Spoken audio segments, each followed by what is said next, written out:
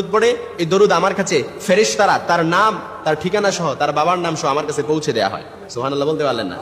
অর্থাৎ আপনি এখন দরুদ পড়ছেন, আপনার নাম এবং আপনার ঠিকানা সহ, আপনার বাবার নাম সহ ফেরেশতারা এই দরুদ নিয়ে আল্লাহ রাসূল সাল্লাল্লাহু আলাইহি ওয়াসাল্লামের কাছে পৌঁছে দেওয়া হয় এই দরুদটা। কারণ দরুদ এটা এমন একটা আমল, বিনা নোটিশে আল্লাহর কাছে কবুল হয়ে যায়। এখন দরুদ পড়ছেন, আল্লাহর কাছে কবুল, আল্লাহর কাছে কি কবুল। এজন্য একটি দরুদ যদি আপনি ইয়াকিন এবং ইখলাসের সাথে পড়তে পারেন, ইনশাআল্লাহ আপনি যা চাইবেন তাই পাবেন, এবং আপনার যত রকমের গোপন রোগ আছে সব গোপন রোগ থেকে আপনি মুক্তি পেয়ে যাবেন একটি দরুদ। তবে আমলটি করতে হবে ইয়াকিন আর ইখলাসের সাথে, কারণ প্রত্যেকটি আমল মাকবুলিয়াতের জন্য শর্ত হচ্ছে আপনার উপরে 100% 100 এবং ইয়াকিন থাকতে হবে যে আল্লাহ তাআলা আমার দোয়াটি কবুল করবে, আল্লাহ তাআলা আমার দোয়াটি কি করবে, কবুল করবে।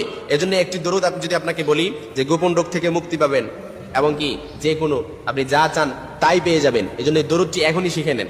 আল্লাহুম্মা সাল্লি আলা মুহাম্মাদিন ওয়া আলা আলি মুহাম্মাদিন বিআদাদি কুল্লি দাই ওয়া দাওয়াই ওয়া বিআদাদি কুল্লি ইল্লাতিন